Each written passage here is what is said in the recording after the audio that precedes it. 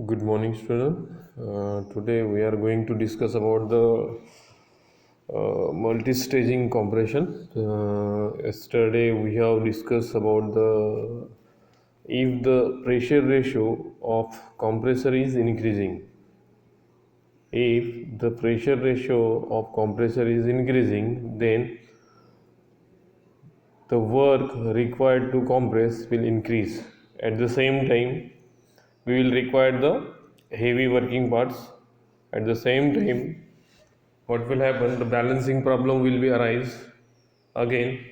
The due to fluctuation, high torque fluctuation will occur, and because of that we have to use heavy flywheel for compensating the fluctuation. So rather than using single stage, we can use the multi stage and we can avoid such a problem. The problem of balancing, problem of requirement of heavy working parts. So we can avoid this problem by using the multi-stage compression system. So in multi-stage compression system, we are using the two compressors, means low pressure cylinder and high pressure cylinders we are using. In low pressure cylinder there will be the total pressure ratio we are dividing into two pressure ratios. So first pressure ratio will be handled by the low pressure cylinder, and second pressure ratio will be handled by the high pressure cylinder. So in this diagram you can find out that there are low pressure cylinder is there and high pressure cylinder is there, and this is the diagram which indicate the two stage reciprocating air compressor with intercooler. So here you can easily find out, here you can find out there is a low pressure cylinder and high pressure cylinder is there. So fresh air will be sucked from the atmosphere in the low pressure cylinder. So during its suction stroke, low pressure cylinder will suck the fresh air, and that pressure will add pressure P1 and temperature T1. So pressure P1 is the atmospheric pressure and temperature is the ambient temperature. So this air at ambient condition we are sucking in low pressure cylinder, and in low pressure cylinder it will compress polytropically. So in low pressure cylinder polytropically compression of ambient air will be occur, and after compression is delivered to the intercooler. So we are delivering this air to the intercooler. So at the end of the compression at low pressure cylinder, the state of air is P2 and T2. So obviously P2 is the intermediate temperature, intermediate pressure, and T2 is the intermediate temperature of air after compression at low pressure cylinder polytropically. So now in intercooler we are cooling the air. We are cooling the air. Again, intercooler is a heat exchanger. This intercooler is a heat exchanger. So there is a heat exchange is occurring from the air to the cooling medium. As this is a heat exchanger, so heat carryover will occur at constant pressure. Heat carryover will occur at constant pressure. So now see, by using the intercooler we are approaching the isothermal compression process. Means if you are compressing, if the air is compressed in single stage and the compression is occurring at polytropically, so we cannot save the energy. Work requirement will be higher. But by using two stages, and in between two stages we are using the intercooler, we can cool the air. Because we know that if the air is compressing in the cylinder, So there will, due to the compression, there will be the internal energy will increase. Internal energy of air is increasing. If the internal energy of air is increasing, then the temperature at the inlet of the compressor and temperature at the outlet of temperature compressor will be change, means it will be higher, means that is the indication of. So we know that temperature is the indication, is if the internal energy is the function of temperature, internal energy is the function of temperature. So as the internal energy of air is increasing, and due to the increase of internal energy, there will be the increasing temperature will occur of compressed air. So if you are reducing this internal energy to zero, then we can call the compression is isothermal. So if the internal energy is zero, so what will happen? The temperature at the inlet of the compressor and temperature at the outlet of the compressor will be same, and that compression will be, we can say that is the isothermal compression. So why I am telling this here? Because isothermal compression is the ideal compression. It is the ideal compression. So practically we cannot achieve the isothermal compression. So whatever the compression we are doing by using the cylinder and piston arrangement, that is the polytropic compression. So here uh, I am approaching the isothermal compression, because practically we can compress air by polytropically. So for achieving isothermal compression, I am using the intercooler. So in this two-stage reciprocating compression process, we are using the intercooler. So here this is the low pressure cylinder, this is the high pressure cylinder, and in between we are using the intercooler. So in low pressure cylinder, air will get sucked, ambient air will be sucked, and that will get polytropically compressed. So in this we are compressing polytropically. So due to that, the air will get compressed to P2, and this temperature will become T2. So after compression at low pressure cylinder, we are supplying this compressed air, intermediate compressed air, to the intercooler, and in intercooler we are cooling the air. We are cooling the air at constant pressure, so that it will reject the internal energy, whatever the heat or internal energy is there, to the cooling medium, and then we will get the slightly cooler air at intermediate pressure. So there are two types of intercooling methods are there. There are two terms are there, that is a perfect intercooling. First one is the perfect intercooling, and second one is the imperfect intercooling. Now when we are calling the perfect intercooling and when we are calling the imperfect intercooling, when the temperature of air, when the temperature of air leaving the intercooler, when the temperature of air leaving the intercooler is equal to the temperature of the original or ambient temperature of the air, when the temperature of air leaving the intercooler, that is the T3, so this is T3, when this T3, that is this T3 is the state of air leaving the intercooler, so temperature of air leaving the intercooler is equal to the temperature of ambient air which is sucked at the low pressure cylinder, which is sucked at the low pressure cylinder. Now see, I am comparing these two state number 3 and state number 1. So when T3 is equal to T1, we can say that is a perfect intercooling. That will be the perfect intercooling. That is a perfect intercooling or complete intercooling. Now you compare whatever the definition I told, that is a perfect intercooling. Now which two temperature I have compared? I have compared the T3 with respect to T1.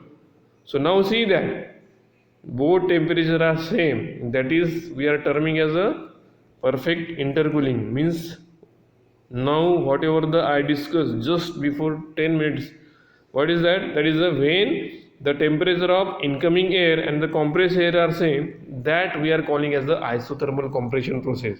So here if the intercooling is perfect, then we are saying that T3 is equal to T1, means we have achieved the isothermal compression. We have achieved the isothermal compression by using two-stage compression method, with intercooler. So when the temperature of air leaving the intercooler is equal to the temperature of ambient air, that we are calling as the perfect intercooling. And if the temperature of air leaving the intercooler is higher than the temperature of ambient air, then we are calling it as a imperfect intercooling or incomplete intercooling. Means we have not achieved the isothermal compression. We have approaches it, just we have approach, we can approach 90%, we can approach 80%. So we have not completely approached the temperature of ambient air, means we have not cooled the air perfectly, so that we are calling it as a imperfect intercooling. After intercooling, the air will supply to the high pressure cylinder. It will supply to the high pressure cylinder, and in high pressure cylinder it will get compressed from intermediate pressure to the delivery pressure. It will compress from intermediate pressure to the delivery pressure, and this air will supply to the cylinder, means receiver. It will get supplied to the receiver, and in such way the two stage compression will be occur at low pressure cylinder and high pressure cylinder. In between these two stages there will be the intercooling there, and with the help of intercooling we can achieve the isothermal compression. So here we have discussed two terminology, that is the first one is perfect intercooling and imperfect intercooling. Now we have to understand how we can calculate or how we can derive the work required for two stage compression process with intercooler and with perfect intercooling and with imperfect intercooling. And again we have to discuss how we can represent this two stage compression process on PV diagram and TS diagram. So we can see that one. So this is the intercooling. So this is the two stage compression with perfect intercooling. So here we have already discussed it. So see, this is the P1. We can see that so we'll first of all we'll discuss the component diagram, and then we'll discuss about the PV and TS diagram. So here now I am taking, so this is the component diagram. Now see, this is the ambient condition, this is the ambient conditions, and this ambient air we have supplied to the low pressure cylinder. So this is the first condition, state point 1. This is the state point 2. So state point 1 is indicating that the ambient air suck into the low pressure cylinder. In low pressure cylinder the air get compressed polytropically, and it after compression it is supplying to the intercooler. So this is second is the intermediate state of the air, and this air is we are supplying to the intercooler. After intercooler it will get cooled at constant pressure to pressure P2 and temperature T3, and this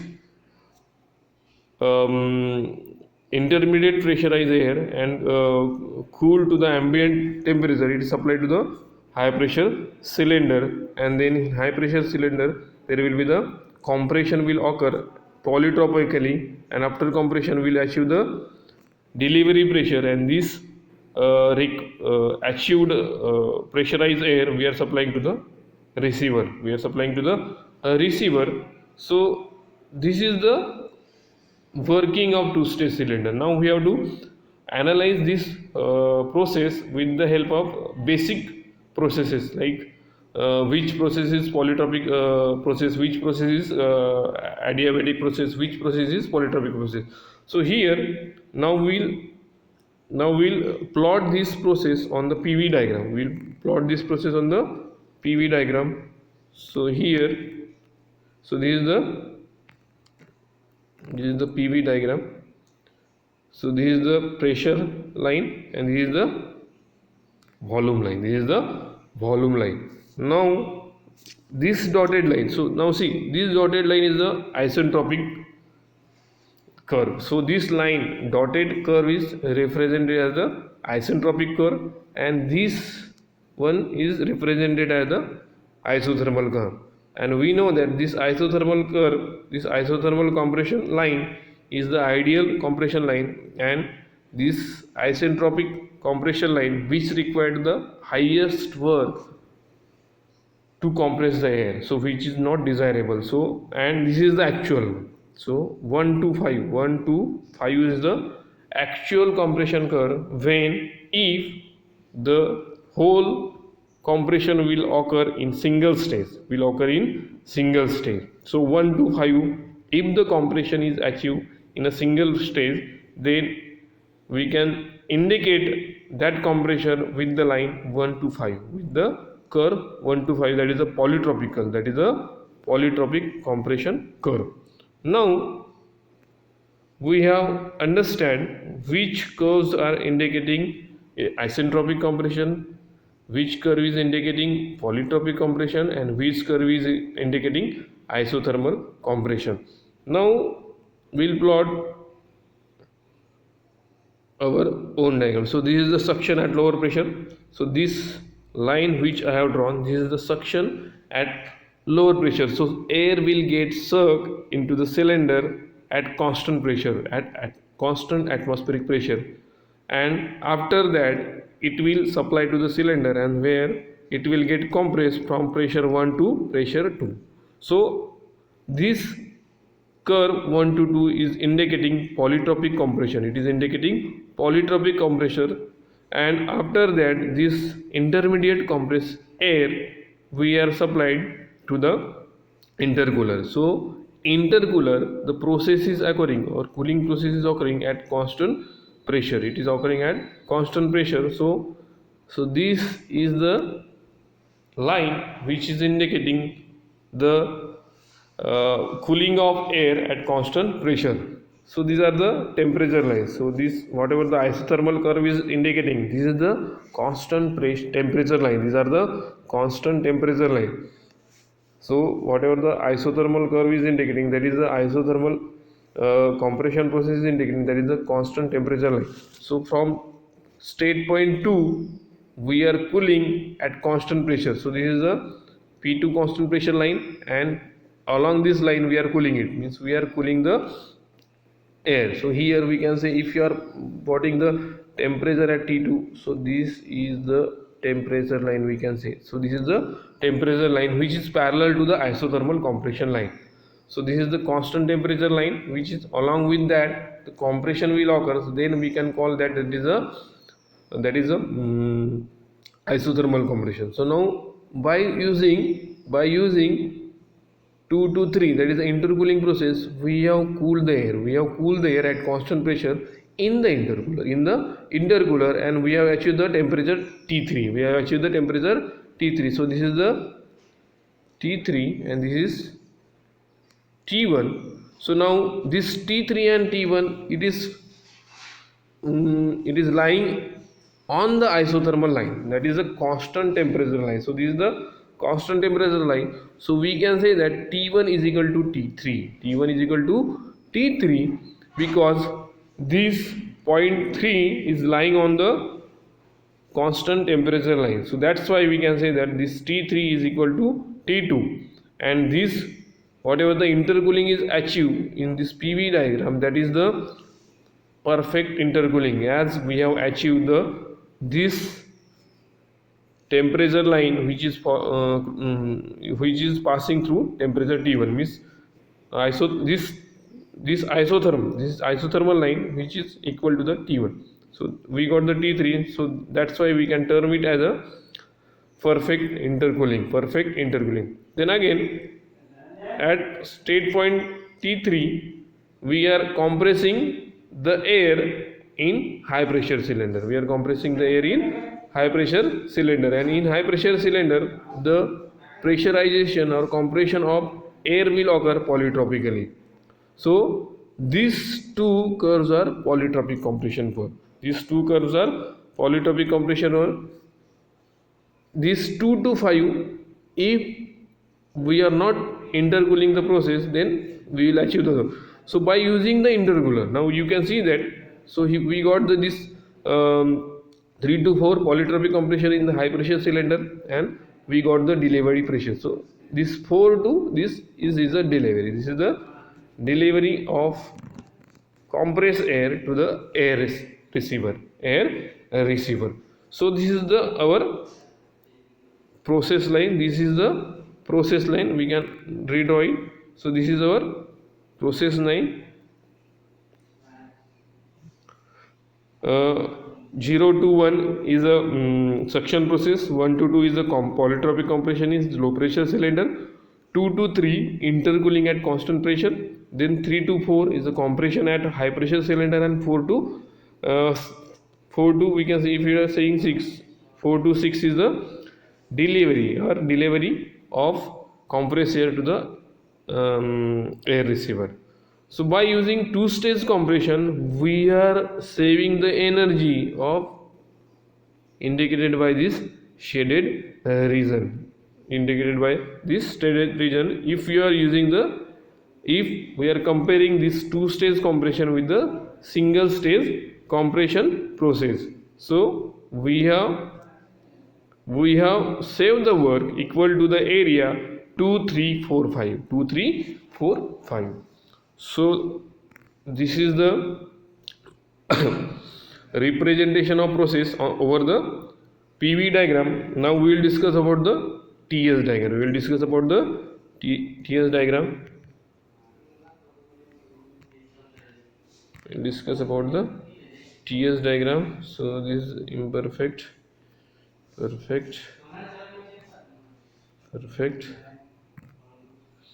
So now we will discuss about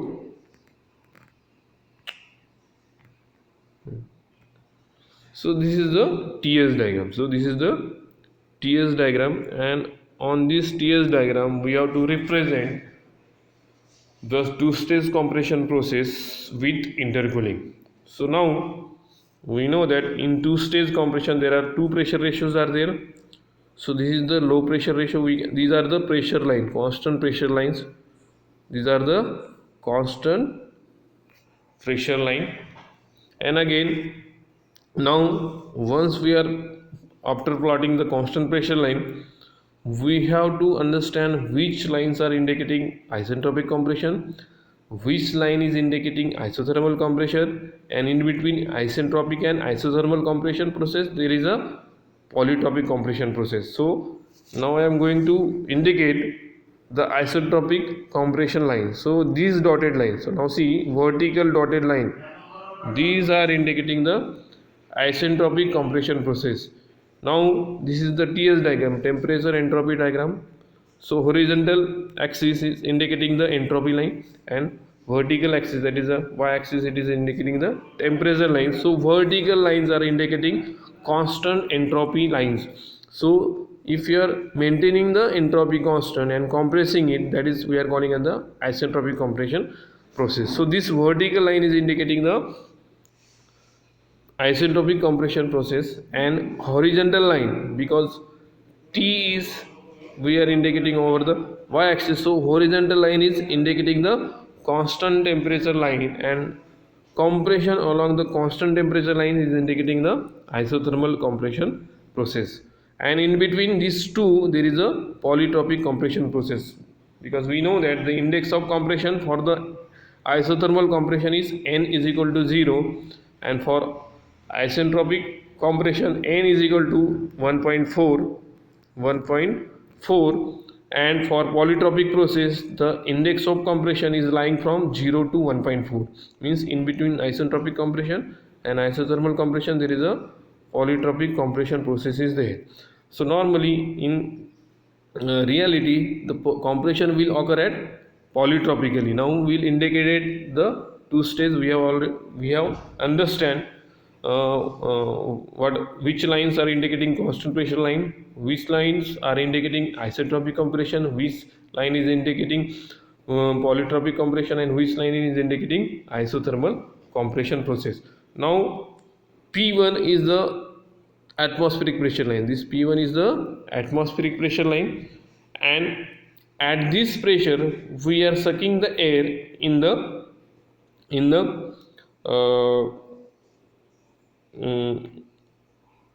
low pressure cylinder, and after this we are compressing polytropically. So from 1 to 2 it is indicating the polytropic compression process in the low pressure cylinder. So this process 1 2 on TS diagram, it is indicating that compression of ambient air at low pressure cylinder, in low pressure cylinder.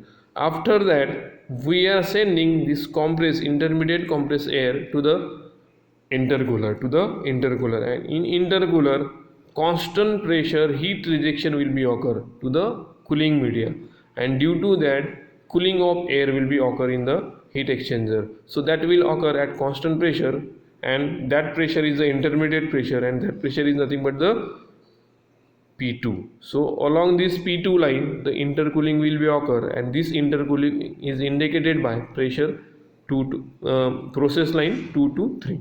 So 2 to 3 is indicating the cooling, it is indicating the cooling. So again we can redraw it. So this is 1 2 is the compression at low pressure and 2 to 3 is the intercooling. 2 to 3 is the intercooling, and intercooling is occurring at constant pressure P2, and we got this. Now see this point number 3.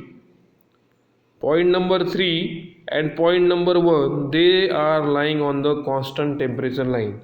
So this is the constant temperature line, and T1 and T3 they are lying on the constant temperature line, and after air leaving the intercooler, the temperature of air leaving the temperature is equal to the temperature of ambient air or temperature of air coming inside the low pressure cylinder. So we can say that this is the perfect intercooling. This is the implementation of perfect intercooling, and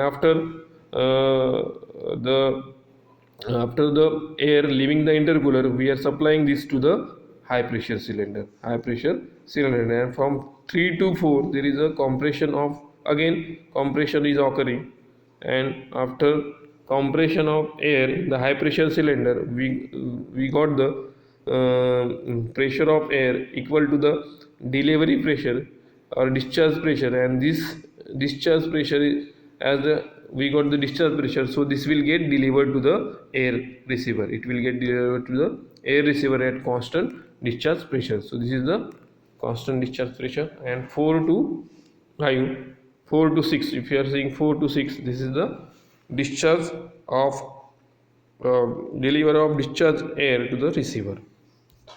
So this is the indication of two-stage compression